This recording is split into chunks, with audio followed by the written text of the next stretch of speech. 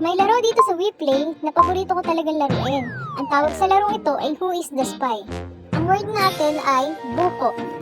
Ano kaya lalagay natin sa buko? Bahala ka sa buhay mo. Lagay na lang natin, masarap yung sabaw nito. Yon. Tingnan natin ngayon yung mga sagot nila.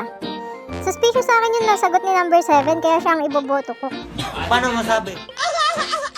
Kaso, ang binoto nila ay si number 3. Tapos, villager naman. Nangihina ako sa kabobohan mo. O diba? Sabi sa inyo, si number 7 yung spy. Round 2 guys, ang nilagay ko naman dito ay masarap inumin. This time guys, ay suspicious na rin sa akin si number 1 kasi sabi niya ginagamit pang laba. Tapos si number 7 naman mineral. 1 and 7 kasi yan, maniwala kayo sa akin. Kaya ibinoto muna namin dito si number 1. At di nga kami nagkamali dahil siya nga yung spy. Number 7 na sunod iboto natin, huwag na kayong makulit dyan. At sa mga pagkakataon nga ito, hindi na namin kailangan magpaliwanag dahil alam na namin na si 7 yung spy. Kaya naman, ibinoto na namin siya ng sabay-sabay. At hindi nga kami nagkamali dahil siya nga yung spy. O diba, easily won? So water pala ang word ng mga spy.